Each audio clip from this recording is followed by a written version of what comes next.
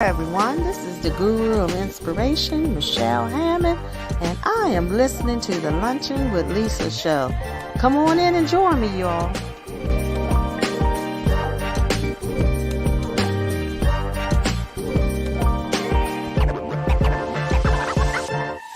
You are now listening to Lunchin with Lisa show.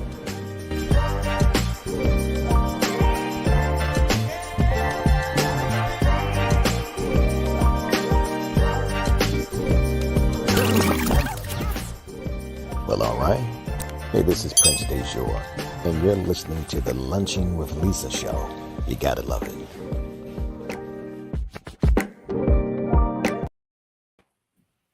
Hello, and welcome to the Luncheon with Lisa show. I'm gonna be very transparent right now. Initially, we were going to kind of do a throwback Thursday, but then I thought I have a better idea. So you all know that we are still celebrating Women's History Month, and this is the last week to celebrate Women's History Month. Doesn't mean that we can't celebrate women all year long, but this is actually Women's History Month in the month of March. So I decided to do something very different and special to celebrate it. So I'll give you a little bit more on what that is in a minute when I introduce you to our guests. But I wanted to remind you of some things that I have going on that are coming up so you can kind of stay tuned in. I wanted to first inform you that I actually am working on being a speaker on a project, the Passion, Purpose, Peace. It's Passion, Purpose, and Peace Summit.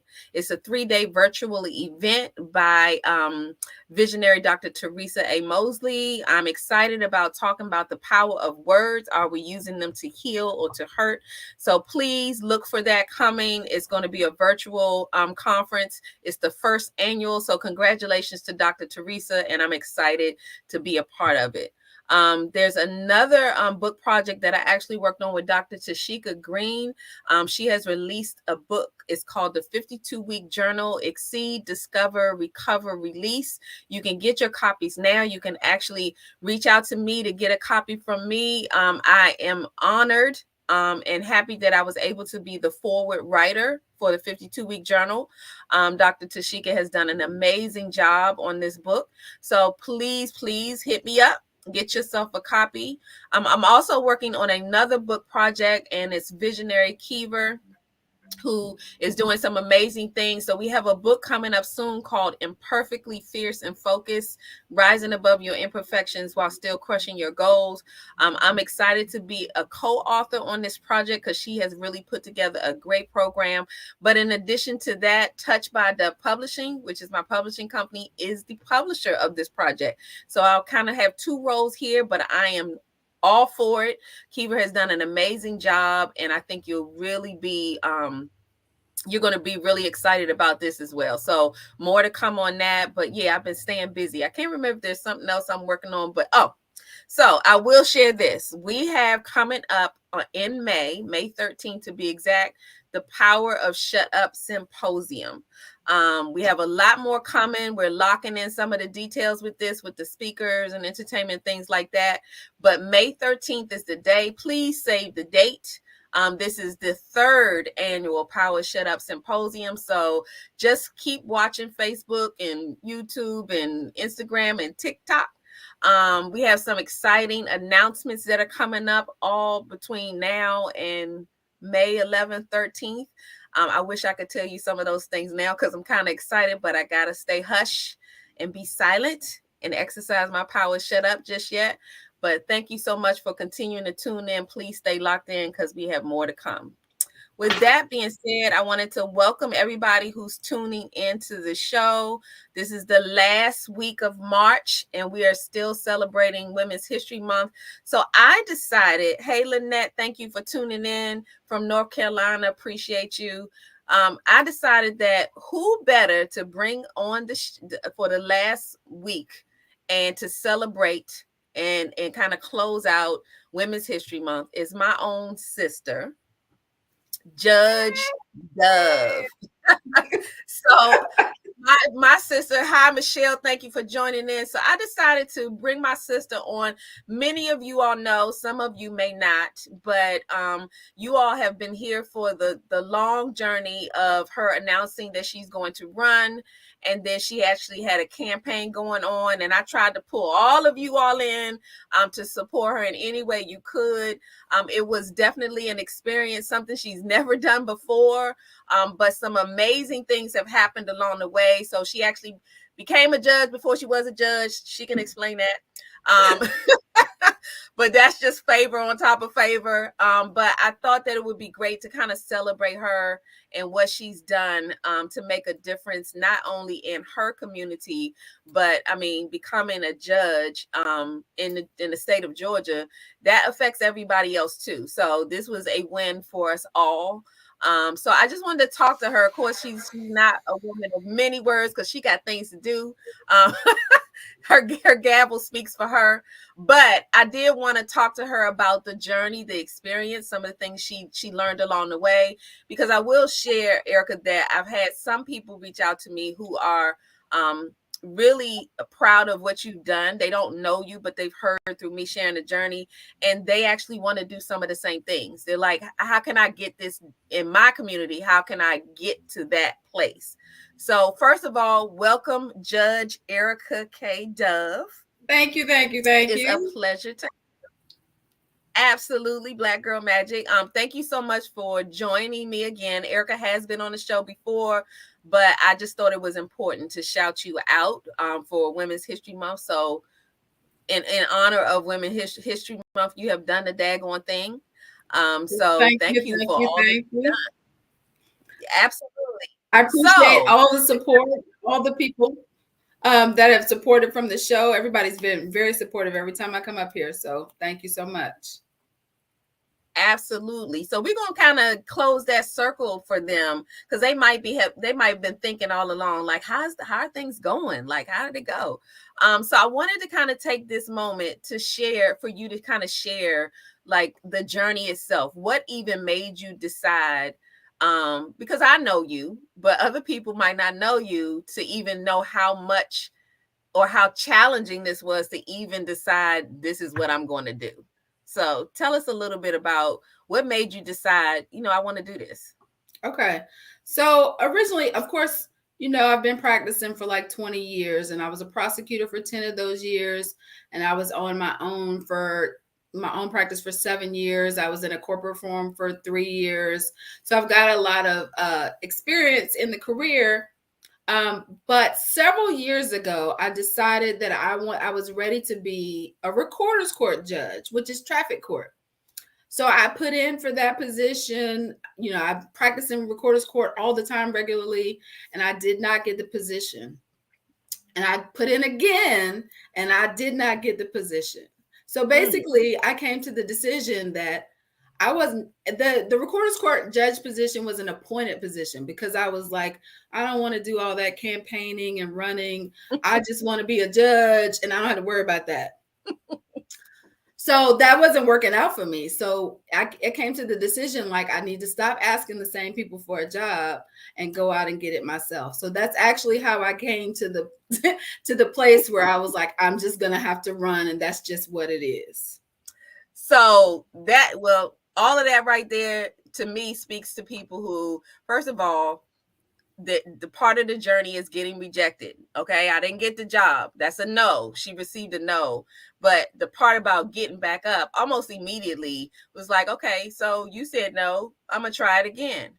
But then to go back and say, okay, this is not working for me this way, but I know what I want. So immediately you kind of embrace the fact that, okay, so I want something, I want to do it this way, but maybe there's another plan out there for me. And if I really want that, then I can't do it the way I wanted to do it. I need to do it another way. And for those who know, what is it? Lynette says, I always drive the speed limit in Georgia. She tries. Right. She's trying to make sure because everyone in Georgia drives the speed limit. Yes. I know. Yeah. hilarious. She's just making sure you know, just in case she run across you. I always try the speed limit in Georgia. That is hilarious. But no, the fact that you, for those who don't know Erica, even making the decision, like she said, I don't want to do all the campaigning. That's just a lot. That's a lot. But for her to decide, okay, I got to do what I had to do.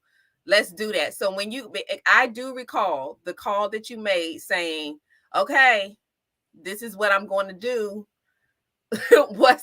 What's next with this? So we were just kind of floored, like, oh my gosh, she's really going to do this. As an introvert, politics were not on my agenda. Exactly. It was like, oh my gosh. But the excitement overwhelmed the surprise of, I can't believe she's going to do this. But then it was like, okay, before she changes her mind, okay, so you need to do this, you need to do that, you need to do that. But when was the moment where it really hit? Like, I can't back out of this. I'm in. Well, I will say the last time I put in for the position and I did not get it, it took me like a week to digest it. And then it was like, okay, so what do I got to do next? And that was it. I actually had a friend that had been bugging me that was like, you need to run. I need some Black girl magic. I need you to run. And I was like, nah, I ain't doing all that. No, I'm gonna put in for this position right here and wait for them to appoint me. I ain't doing all that. She was pissed. She was so upset with me because I was like, I'm not doing all that. I ain't got time. And then she found someone else that she thought was okay. Well, if Erica's not gonna run, then this girl can run. And so okay. And so she talked to that person. I didn't know anything about all of that, but I had did my whole process of I got rejected for this position. I have to process what's next for me. And then like a week later, I called her up and I was like, you know what? I think I'm going to do it. And she was like, dang it. I just told such and such to run. I got to call him back and tell him, nah, don't run. Oh my gosh. You did. Okay, call somebody back and say, never mind, don't run. Okay, yeah, don't do it. And I knew the girl that she called. So I actually called the girl as well and was like, look, I don't want to hold you back. So if you want to run, you can run. But if you don't want to run, you can get on the team. Okay. And she chose to get on the team and support. And she did. She came to churches with me. She, hand out push cards for me, everything. But do you know how powerful that in itself is? Because they always say, and you all have heard this, that, we don't support each other, women can't get along, and definitely not fall back and make that kind of strategic move. So for you all to do that and her to be on board with that speaks volumes, because that doesn't happen too often. Right. And I think she was a younger attorney, and she was, just being pushed out like, okay, well, if she's not going to do it, I need one of y'all that's going to make an impact to do this. Mm-hmm. And she was like, okay. Like, sure. And then I was like, well, I said, if I don't want to hold you back, if you want to do it, but I'm letting you know that I'm going to do it. And I would love your support. And if you're willing, I want your help. Mm-hmm. And she was like, I got you. I'm helping you. I'm good. I don't want to run. I was like, she changed her mind. That was run. Well, that was the game plan. So, it just goes to show you that even though things look like they're getting ready to turn in a different direction, it just took you a minute to actually like say, okay, I'm going to do this thing that I said I never wanted to do. Because you know me. I'm an introvert. I'm like, I can people for a little bit of time, but then I need to go home and recover. She said, I can people for a little bit of time. Okay. That is hilarious. No. So, I mean, needless to say, the excitement for you jumping into this was amazing. And everybody, I know family that you shared it with them, and y'all know me. I was just like, bet you got to be, let me tell you, because you were like, what can I do? Wow. Yes, what can I do? I'm all in. That's because regardless, y'all, that's my sister. So this is sister love, sister magic. Whatever. Yeah, when we were younger, she got on. She going to be a judge. Ain't nobody got time for that. So the first thing I was sharing with her is that you got to get on social media. That was one of her things. I don't want to do social media. I think she gets some of it now. but it took a while for her to be like, I don't know how this works. I don't want this. But she did know that I don't have any choice. So once she said, okay, we ain't got no choice, we set her up and, you know, graphics and all those things. And I think from there, she started to see how, you know, how it works to her favor in campaigning. And things to me just really fell in place for you, Erica. I just think people were really excited about the fact that, you know, people that we know that we can, you know, kind of see and touch, and somebody knows them, is actually running for judgeship, especially at a time when you were running. There was so many things going on in the world. So to me, that was a brave move. It was courageous to do it at that time, because there's so many things that could have pushed you in another direction. But explain to us a little bit. I mean, were you scared? Were you nervous? What were some of your concerns in your yes? My obviously I was concerned. I don't know anything about politics, so I had no clue what was it really going to require of me. I mean, I knew I had to do, like, go to some events or whatever and, you know, put stuff out, but I didn't really know the everyday, what does this require of me? Right. And I was campaigning for about a year and a half. It was because I jumped out early, and so once you jump out there, there's no stopping. You just got to keep going. And I was doing stuff. I was at an event, at a park, at something almost daily for a year and a half. Which is so unlike you. It is so unlike me. It was hard. I mean, there were people pushing me along the way. Like, you got this. And it was like, for me, it was like, okay, I could do anything for 2 or 3 hours. I can do anything for 2 or 3 hours. And that was the way I pushed myself through these events. Well, so with that being said, speak to me a little bit about the importance of having a good team, because I think you had an amazing team. When we come down to Georgia a couple of times to support things that you had going on, I could see the people that were moving around you, the people who were supporting you and pouring into you. So explain to us a little bit about how important it was in this campaign to have a team who just truly believed in you. Okay, so campaign managers are really, really important, but campaign managers all do different things. So as somebody who is new to politics, I didn't really know what I was supposed to be looking for in a campaign manager. Okay. So I actually had a campaign manager that was a little more hands-off than others were. But he was like, deadlines, these are the goals. But when it came to, like, putting out signs, he was like, where's your sign person? I'm like, sign person? Right. Why would I have a sign person? You know, like, little stuff like that you have no idea, you don't think about it, you know, all those things. Like, he's giving me all the deadlines and the expectations, but he didn't, like, hold my hand through every step of it. I did have other people around me who had been involved in other people's elections, though, that were like, you know, come on, we got to do this, we got to do that. And I'll be like, no. But I had a lot of people around me. I even put Ashley to work when she came to town. Just put your shirt on, go out, hand out some push cards. That's what I need to do.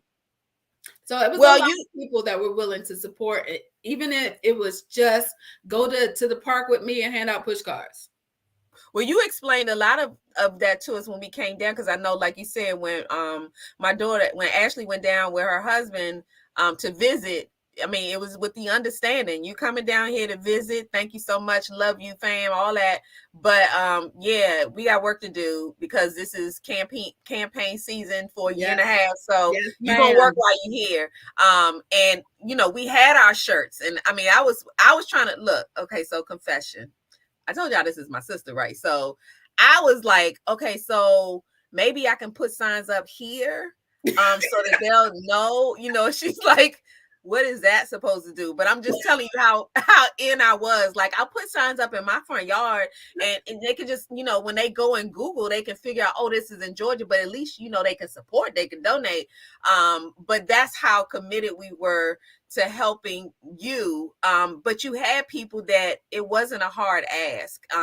You're somebody who came from stepping out, on faith to start your own law firm. Yep. Which was, I know, was a scary time. I think right before you made the decision, we kind of took a family trip. First time we had really traveled together like that. And we went over and had a good time on an 8-day cruise. And then you came back and went to work. Okay. Yeah. And started your I didn't own stop for like 7 years. I did not exactly stop. I mean, that was a brave move. And so it wasn't surprising that you would, you know, make a brave move. We just didn't know in what direction, but this was huge. So the team that you had, the supporters that you had, to me, really made this a wonderful experience. Because I mean, I've heard all kinds of experiences with campaign runs, and you know, some of them people are still recovering from the experience. but you know, how did it make you feel to know that, you know, people from all over? I know I was telling everybody, and they were telling their family, and they probably was like, well, who is Lisa Dove Washington and who is Erica? It don't matter. Just go on and donate. You know, how did that feel? And honestly, for judge positions, for politics, people don't really do a lot of research and stuff on judges. They look at the top of the ticket. They don't really pay attention to the rest of the ticket in a lot of cases. Right. And actually for the judge, we're nonpartisan. So we're on the primary ticket, not the end. So all of our stuff is May, and the runoff was in June. So it's over in June, right. And people don't have any idea about that. Right. So getting the word out is complicated. Like Gwinnett County is 1 million people here. Like, how do you reach 1 million people? Right. Right. What's effective? So, I mean, it actually, like, ultimately, it's amazing to know that I could get enough support to win an election in a huge county like Gwinnett County. Absolutely. That's amazing. Absolutely. But I will share with you all that what was really cool about this too is that we lived in Georgia, and we lived in Gwinnett County. You know, Erica grew up. She was there a little longer than I was, because I moved away to go to college and back home to DC and things like that. But this was like home. So to be able to become a judge in a community that you grew up in since elementary school is like, actually, it's probably unheard of. But it was amazing to watch that, and especially since we watched Gwinnett County grow from, I think when we moved there as kids, there were dirt roads. I don't even know if they paved all the roads, and certainly was still building in the neighborhood. So to do that and stay home and decide, okay, this is where I grew up and this is where I'm going to pour back into, that in itself is just huge. And I will say some of the excitement was that when you were running, we still were able to go onto the sites, and sometimes was a CNN, I can't remember what station it was, but we were all doing, as you see sometimes in the movies and things like that, where we were checking the stats, and she moved up. Okay, in this county, she's doing this. And yes, we were all in and texting each other and saying, okay, so she's moving here. Okay, she's doing this. It was so much fun to watch this. It was intense. It was intense to actually watch and update the screen, and update the screen. Yeah, it was intense. So it was stressful. Well, it was for all of us, because I was just like, okay, come on, y'all better get it. Y'all know what to do. And I'm look, I don't have any vote in the game. Okay, I cannot vote. I can't do nothing. All I can say is, if y'all can hear the sound of my voice, please go. Hey to Sharon, hey Jennifer, for tuning in. But I just really wanted you to kind of start to explain like what this journey was, because in the mix of things, you really didn't have time to really touch people. And be able to say thank you, and be able to say, I appreciate you. I saw you. But I had classmates from high school that poured into you immediately. Thank you to everyone who I just said the word, you know, hey, my sister's running, and they were, you know, Erica was hitting me up saying, hey, do you know such and such? They just gave a donation. And I was like, absolutely. Because this is just you amazing. Did. Like, I had a lot of Woodson support, and I was like, such and such from Woodson just gave me $100. Yeah, it was amazing. It was like people, my friends from even second grade were around. I put shirts on them, and they handed out push cards. People from Meadow Creek that I haven't seen since I was 16, 17 years old. Elementary school, right? Somebody in the old neighborhood when you were in fifth grade, but even younger than that, that was sitting Yes. there watching you be sworn in. Mm-hmm. That's 7th grade. amazing. Yes. Yes. So tell me a little bit about, because I think when you become when you start a journey like this, you have to be kind of everything all at once. So event planner, you have to be all. So tell us about the fun of, especially as an I introvert, also had to planning work. events. I still had to work. Like I Well, still right. had a caseload. That's You right. That's know, I right. was working trying to make sure I could pay my mortgage while I was doing all those other things. That's right, because you didn't know what was going to happen. You might have Right. done all of this and didn't win, so you had to keep things going. But how was it to plan some? Like, when did the excitement kick in, and when did you start to feel like, okay, I'm planning these events. People are coming out. They're pouring into me. Because it has to be that moment when you're like, okay, this is about to be real. Like, I I think really have a chance. I think that comes, there wasn't a specific moment. It was running a campaign. A large part of the goal is to raise money so you can make awareness. So, when you're trying to hire campaign managers, you like, oh, you cost this much? I don't know if I'm going to be able to raise that much. Like, I'm Right. scared. And because I had those conversations with people who were campaign managers, like, oh, let me see what's going to happen, because I don't know. Like, I don't know how much money I'm going to be able to raise. Right, right. And I will say, in my particular race, like, there was a big disparity in the amounts of money that we raised, because there were 3 people in my race, and 2 of the people raised some money and I raised a lot of money. It was amazing. I had no Wow. idea that would happen, but to see my numbers run up when I was having fundraisers, and for people to reach out to me and say, when is your fundraiser? When can I give you, how much money, what's the max I can give you? Like, all that kind of stuff. That was Wow. amazing. Wow. That's huge. I know Erica was like, look, so if you all don't know, some of you don't know Erica, but yeah, when it came to that, she was like, hey, something's going on with the link. Let's fix it. People are like, handing checks to me. I need to do.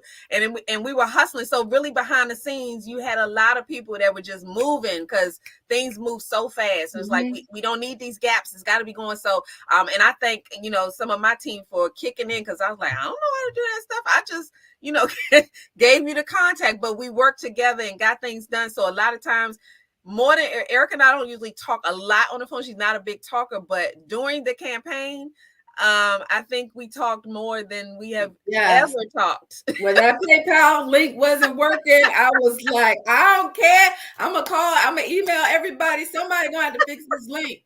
Yes, she was. She was like, I need this, I need that with it. So we talked more than we've ever talked in our entire life before we were not kids living in the same house. So, but I mean, I was here for all of it. So I did mention earlier that you were kind of a judge who became a judge. So tell us a little bit about how, because to me that's favor on top of favor. So to explain a little bit how you became a judge before you became a judge. Okay, so that's part of my hustle. I'm going out on my own and making things happen. So I have my own practice, and so some of that, my side hustle from my own practice, was I was a part-time prosecutor. So I used to work at a couple of, several, almost probably most of the metro area, the Gwinnett County area cities as a part-time prosecutor. And then in preparation, because I want to be a judge, I can't be a prosecutor and a judge at the same time. I quit all my prosecution jobs, and I was a municipal court judge in a few cities. So I did that prior to even sitting as a state court judge. And those were part-time positions. I still had to run my practice, but I was a part-time judge at the city of Lilburn, city of Chamblee, and I was a backup judge in the city of Norcross. Those were my judgeships that I had for city courts, but those were all part-time positions. So that's getting my feet wet, learning how to do it, having trials, having arraignments, getting my feet wet and figuring it all out. That was the beauty of it for me, because to me, that was all signs of God just setting the pathway for you, because who gets to, and I'm just kind of throwing it out there. Look, I don't know everybody. I don't know about everybody's journey, but how often do you get to actually prepare in real life, in real time, for a position that you're about to get? Because some people don't get that. If they even win the position, this is like the first time at it. But you got to be prepped for it unknowingly. It was like preparation for what's to come. And that's how I looked at it, even though everything was happening so fast. I was like, we have sworn her in, seemed like 3-4 times. We did. We actually did. 3 times as a judge. And then after I was elected, another time as a part-time judge, as a magistrate judge. So that was actually 4 ceremonies before the ceremony. That's got to be a record somewhere. Like, I mean, I'm just thinking, when does that happen? I mean, once is like huge, but to actually have so many opportunities to prepare you, and then even after being sworn in as state court judge, to still have all of that under your belt now, to me is like full, like I'm just going to prepare her for just everything that I have for her. So that's a huge blessing. Yeah, all of that after being rejected for a traffic position in Gwinnett County. So imagine what, and to me, that's a lesson for some people who are feeling like, I got rejected for this position, woe is me. What am I going to do? But sometimes the rejection is a blessing. Sometimes the rejection is because you ain't going to have time to do that because I got this for you. Well, that's right. I think I said that at my ceremony. Sometimes the rejection is your protection. Absolutely. Absolutely. And your whole journey has kind of shown that. So tell me a little bit about, because I wanted people to kind of get what you were going through during this time, because you make everything seem so, easy. You rarely see Erica, flustered or feeling overwhelmed. But of course, behind the scenes, we know that there are times when you're like, look, this is crazy. I was exhausted. So let me ask you, was there ever a time where you decided, not decided, because of course you didn't decide that, but was there ever a time when you thought about, I don't know if this was the right thing for me? Did you have that moment? I know at no time was I going to stop. Like, that is not even in my personality. I started it, so I was going to have to finish it. That was just that was it. Point blank period. Like, I'm in it now. Well, got to figure it out. That was it. Whatever happens is going to happen. I get it. Hey, El Boogie, thank you for tuning in. I appreciate you. So tell us a little bit about some of the highlights of this journey. Like, what were some moments? Because Erica is a true introvert. So excitement, moments, you won't be able to tell them that often. Even if she's excited about something, sometimes you're like, I don't think she was excited. But what were some of those moments during this journey where you really were kind of bubbling inside and was like, could do cartwheels if that's what you was going to do? Again, those are going to be hard for me to highlight. I think it made you feel good when you got the personal invitations from this pastor or that pastor or an event who they invited you. It wasn't just a, like, I'm gonna put it on Facebook invitation type of thing. When you were given specific invitations to events. Okay. I think that kind of made you feel like this is real. This is a situation. Right. And then of course I got Bentley during the thing. So that was probably my stress release and an additional stress all at the same time. So things going on. Let me tell you about my nephew real quick. Okay. So Bentley, my nephew, to see Bentley with a scarf, bandana around his neck, supporting his mom, because my sister is a dog mom. And Bentley is amazing, but he was there with her. She was attending events where other people had their dogs and animals. And mind you, this is the first time she's been a dog mom. Like, we had animals. We had Peanut. I had Peanut. We did have Peanut. You're right. But just all on your own, all on your own. Right.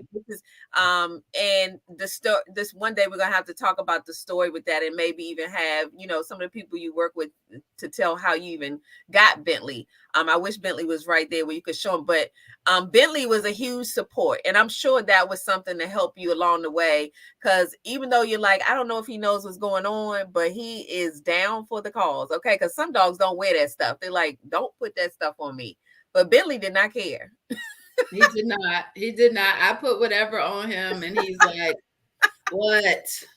Yes, yes, What?" yes. So what I wanted to kind of fast forward to, so you all know, and I kind of put a couple of videos and things out there because we were so excited to go down and see Erica get sworn in. I mean, that was just like a no-brainer. We're going to be there.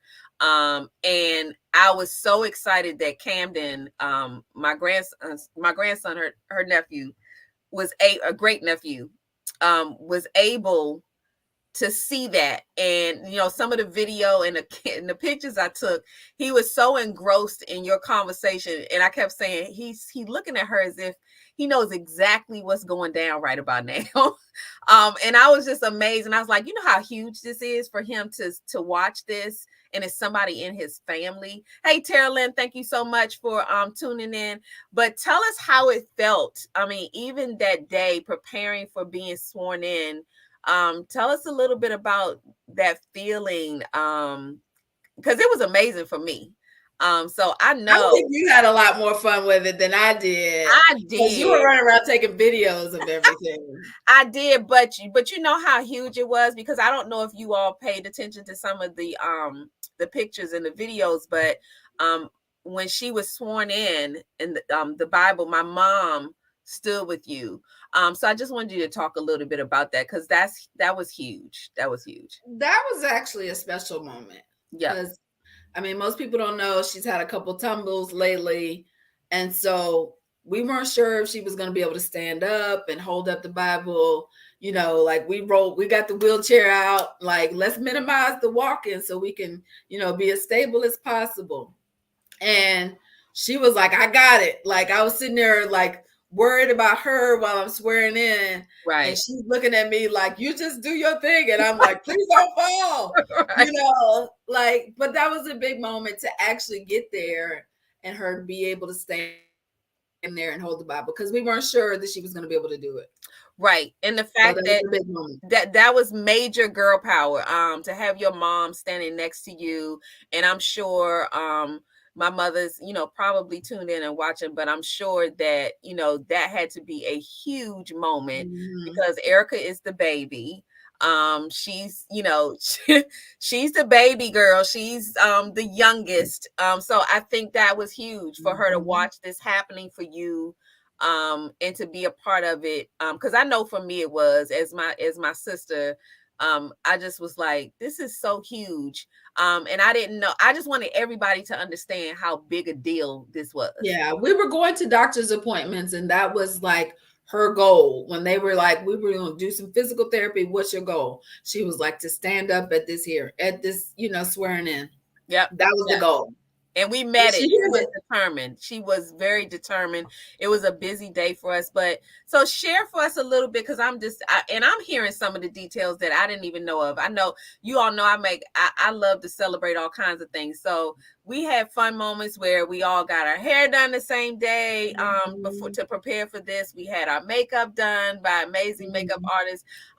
It was all wonderful. And then to go into a room. So Eric, I'm just gonna mention that because we really didn't have this particular conversation, but to go into a room, watching my sister be sworn in, but to see you surrounded by other judges, women judges, Black women judges, police officers, just all kinds of people from all walks of life that were in the same room. Because when you think about it, outside of that room, people probably think it doesn't exist. Some people might have saw, okay, well, there's one, but you don't know. No, there's more than one. There's a whole lot of women out here that are making a difference in this world, and they're sitting in judge seats. But how did that feel to sit among, because a lot of these people actually knew you long before you started this journey, so they got to watch your journey too. Yeah. I mean, those are a lot of people that believed in me and thought I could. When I announced that I was running, they were so happy and so proud. And, a lot of people, officers, and when I was a prosecutor, they gave me thousands of dollars towards my campaign. They were like, make us proud, do what you do, keep everybody honest. Like, it was a lot of people from all different walks, from every step of my career highlights or friendships, or it was a lot of people from every different kind of aspect of my life that were present and supportive. King and Spalding, some of the attorneys when I passed the bar with, those attorneys came out and supported. They gave money, they came to my fundraisers, they posted on Facebook, they did all kinds of stuff. It was a lot of people from everywhere. Absolutely. It was amazing to watch. It really was. And it gave us a reason to celebrate. We don't get those moments sometimes to celebrate. But it was a huge deal. I felt it when we went down and we went into the courthouse building. It just felt like, I don't know. I can't explain the feeling, but it felt like almost like royalty going in there because they were so excited for you.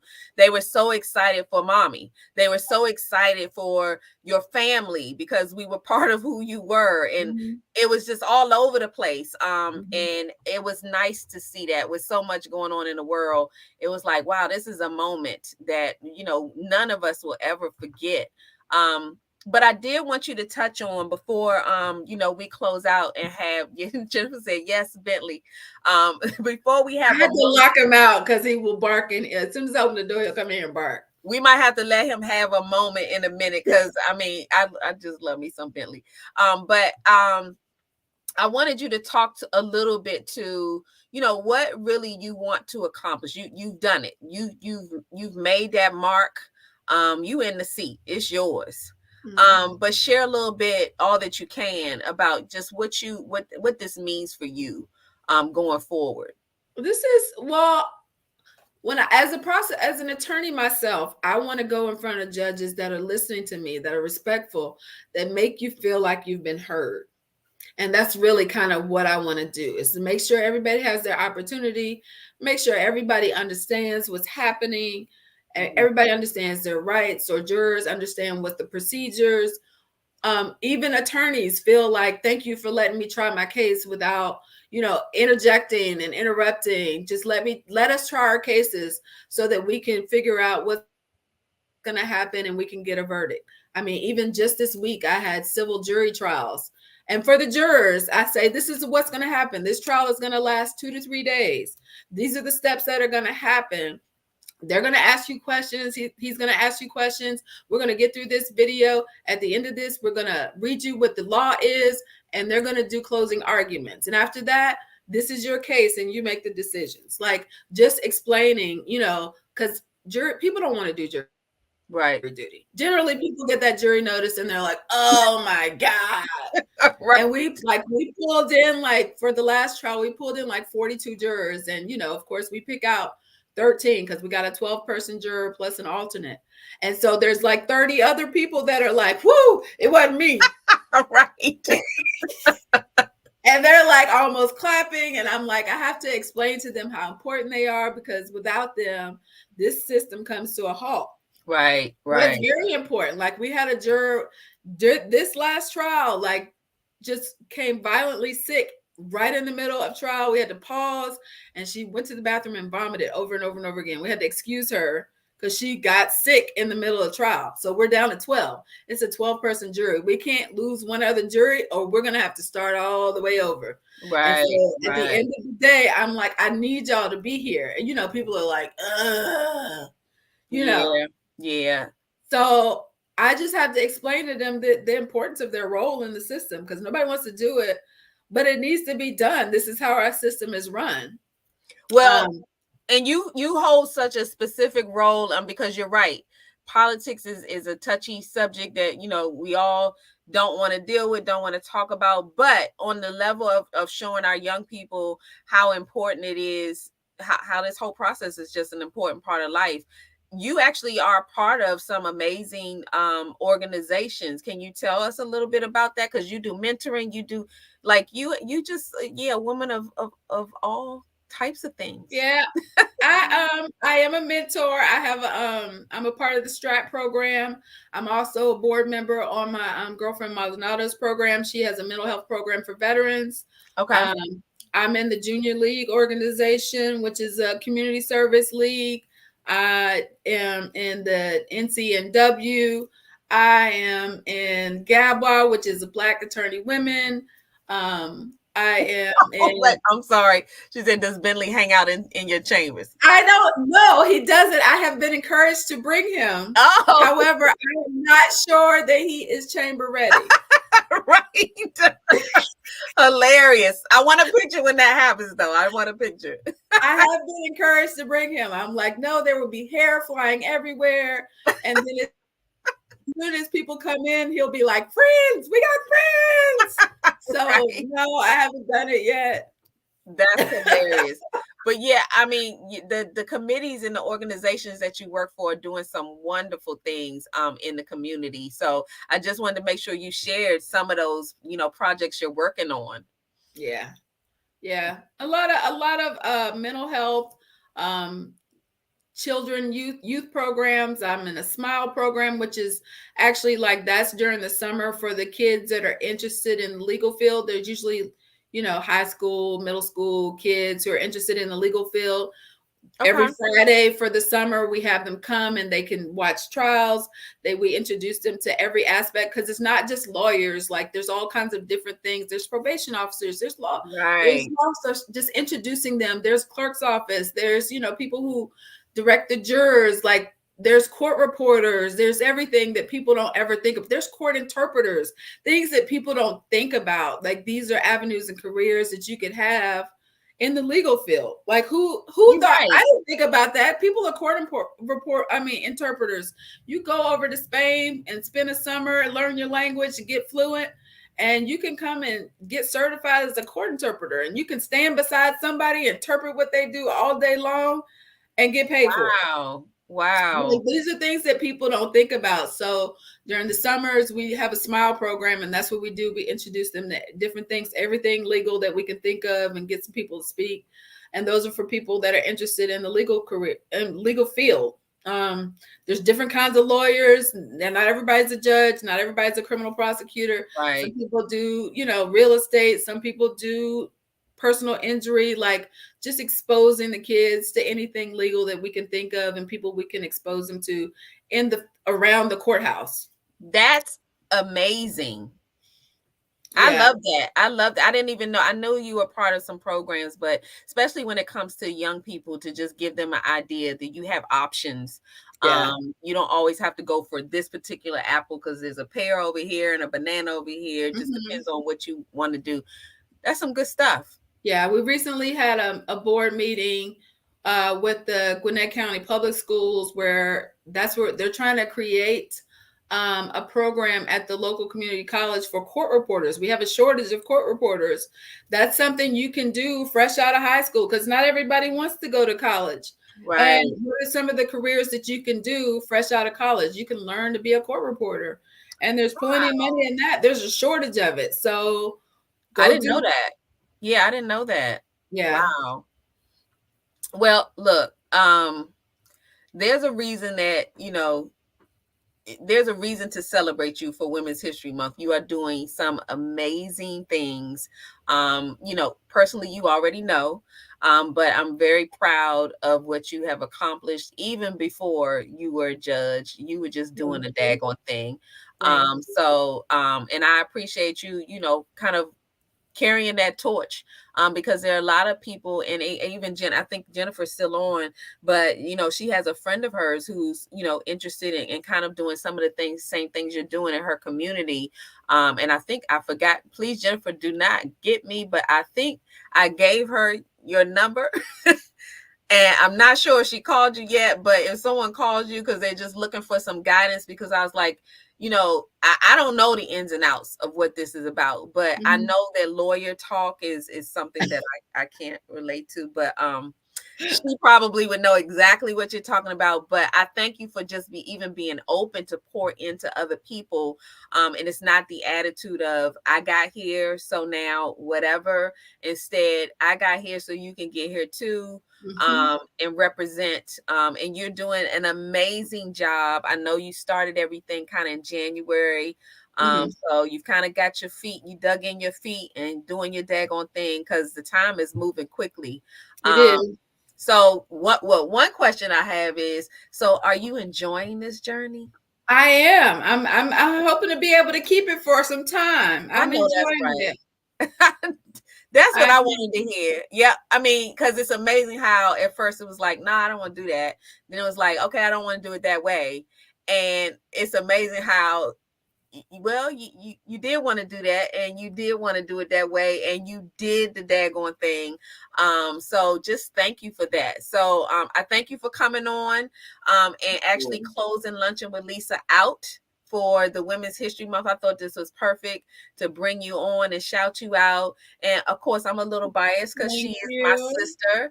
And I wanted to just show you some love on my show. If nobody else's show, I get to show some love to her and show how important you are to everybody. Tara Lynn she said, Judge Erica is a wonderful representative of us. Her story shines bright. This was a wonderful celebration and affirmation of the power of women. Great way to close out Women's History Month. Yes, absolutely. Thank you. Cheryl's on. Good evening, ladies. So proud of you. Yes, Cheryl, y'all know that Cheryl is my cousin. She's part of my team, but we try to keep us all in the family. We can't always talk to each other every day and be, Erica's in Georgia, we're in DMV, but we stay on top of what everybody's doing and support each other. This was one of my ways of just sharing with you how, special you are and how important what you're doing is to not just our young ladies, but also to our young men like Camden, who was in awe. Congratulations again. Just thank you, Sharon, so much. Yes, hi, cousin Cheryl. So what we wanted to do before we close out, and see, Erica, it was not that I told you. Well, Sharon relates to you because Sharon always, she lets everybody know that she's an introvert. Which she is, but you are an example of what introverts can do. So you can transition and you can become an extrovert when necessary. So even if you're introverts, that does not mean that you can't accomplish the same things. Absolutely. As everybody else. Absolutely. Yes. Introvert doesn't mean you don't handle your business. That's right. It means it just means you're more focused. Peopling is exhausting. That's all that is. Peopling. Hashtag peopling. I'm going to have to use that. That's just I'm taking that one. Hashtag peopling. I don't do peopling very well. That is funny. She does have a humor too, though. And there is my mother. Those are my keys. Yes, your seeds are trying to grow up in here. Thank you, Mommy, for tuning in. But what I wanted to do was show you all, we always try to end with a TikTok moment. I think this is going to be a direct connect to what Erica has done and what we all have been doing in the world. I see my daughter joined in. She's supporting her aunt, Ashley here. So family, thank you for coming in and representing. Appreciate you, but we're going to share this TikTok moment and then come back and say goodbye, but I think you'll understand the connection. So check it out. Is what opens up doors no man can shut.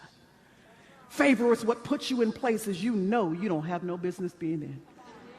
Favor is what sets you in positions that you know you aren't qualified for. Favor is what makes it so that you are exactly where you're supposed to be to accomplish exactly what it is that God has set for you to accomplish. It's what qualifies you. When you don't have the degree and you don't have the diploma, you don't have the connections, you're just where God has opened up a door for you to be. And even though people might talk badly about you or try to push you out of that place, you cannot be moved, not because you manufactured your way there, but because God's Spirit has placed you there. God's Spirit on your life is what makes it so that you don't have to market yourself because you've already been marked by the presence of Almighty God.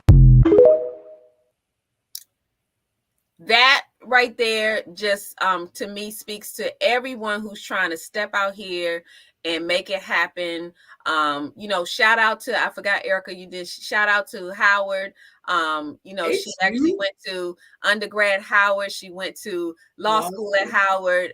She went just through the ranks and did the daggone thing. But it's also to suggest that, you can be placed in rooms that you never thought or never imagined you would sit in and represent in a major way. So just know that your path can go to those heights. Look, she talking about something, You heard me say, it's you. Right. So for all you bisons out there, okay. Your mama. It's a little rivalry with the Spellman, so okay, but still, it's all in there. But no, just to let you know that whether you went down that path or whether you didn't, if you believe in yourself, you think you can make it happen. It's she stepped out on faith. At every part of this, she stepped out on faith. And I'm so excited about what's to come, and thank you for all of that. So before we go, I wanted to actually take a break and just do a little teaser because I mentioned something about the Power Shut Up. So let's just take a quick minute and check this out.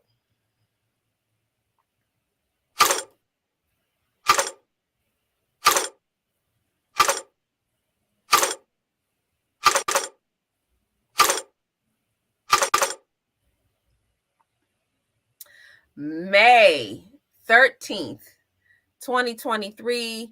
Y'all get ready for the Power Shut Up. This is the third time we have locked in some amazing speakers. If you missed last year, you will be able to see some of the people from last year. If you didn't miss last year and you were in the house virtually, then you already know that this is just going to be straight fire. So just to point out to you all that we have Prince DeJour from 102.3 who's going to be joining us. We have Donnie Got the Beats, who is a music producer out of California. He will be here. If you all know Nigel Birch, he will be in the house. He's the young man. If you ever seen the viral video that went around called Black Girl, I believe it's called Black Girl. Amazing piece. He does some amazing work. He's a poet, motivational speaker, that kind of. He's going to be in the house. We have Victoria Hammond, who's going to be joining us. Victoria is coming all the way from North Carolina. She's a master coach. We have Dr. Tanoa. If y'all have not seen her speak, she is the creator of The Bomb, but she is amazing. So you all, it's going to be fire. And this year it's in person. So we are very excited about what's to come. So please, we're going to be putting out information on tickets and more details about what's to come for that day. We're looking for vendors. So we'll be putting out some information to pull in some vendors to be in the house. So please stay tuned and locked in because all of that's coming. And we really want to see you in the room. If you have never attended the Power Shut Up Symposium, you are missing something that will change your life. And all of this stems from the Power Shut Up, my book, which is we'll be sharing some more information about what's going on with the Power Shut Up. It has been an amazing journey, especially in the last, I'll say in 2023, the Power Shut Up has actually knocked down some new doors. So we're approaching some new things that I can't wait to tell you. I'm almost Shariva. I know behind the scenes, probably look, I can't tell you everything, but we have so much to share with you about what's about to happen, even with Lunchin with Lisa. So yes, lots of announcements coming. So please stay tuned. And Erica, thank you so much. Jennifer said, yes, she's a practicing attorney of 20 years looking to also become a judge. So we want to connect you. And I think I gave her your number, but I'll check back with Jennifer and make sure that you maybe have her number too. Because we got to get us in the room. So thank you, Erica, for all you do. I don't know if I'll be calling you Judge Dove, Erica, Aunt Erica, Sister Erica. Okay, but for today, I'll keep it professional today. So thank you so much, Judge Erica K. Dove. Black Girls Rock. and you rock. And thank you for allowing us to actually honor you for Women's History Month on the Lunchin with Lisa show. And y'all continue to tune in to Lunchin with Lisa every Thursday, 7 to 8 p.m. Eastern Standard Time. So until next week, we have some amazing guests coming on. Some people are women in technology. We have a book release, and it's Women in Technology coming. We have some actors and actresses coming on with a new movie that's coming called The Christmas Room, and a couple of celebrations, because you all know that April is my birthday month. So you'll be, joining me and my team. We're going to celebrate, do some giveaways, and then we have some huge announcements coming. So we look forward to seeing you next week. But until then, have a wonderful weekend. And stay blessed. Be peaceful. See.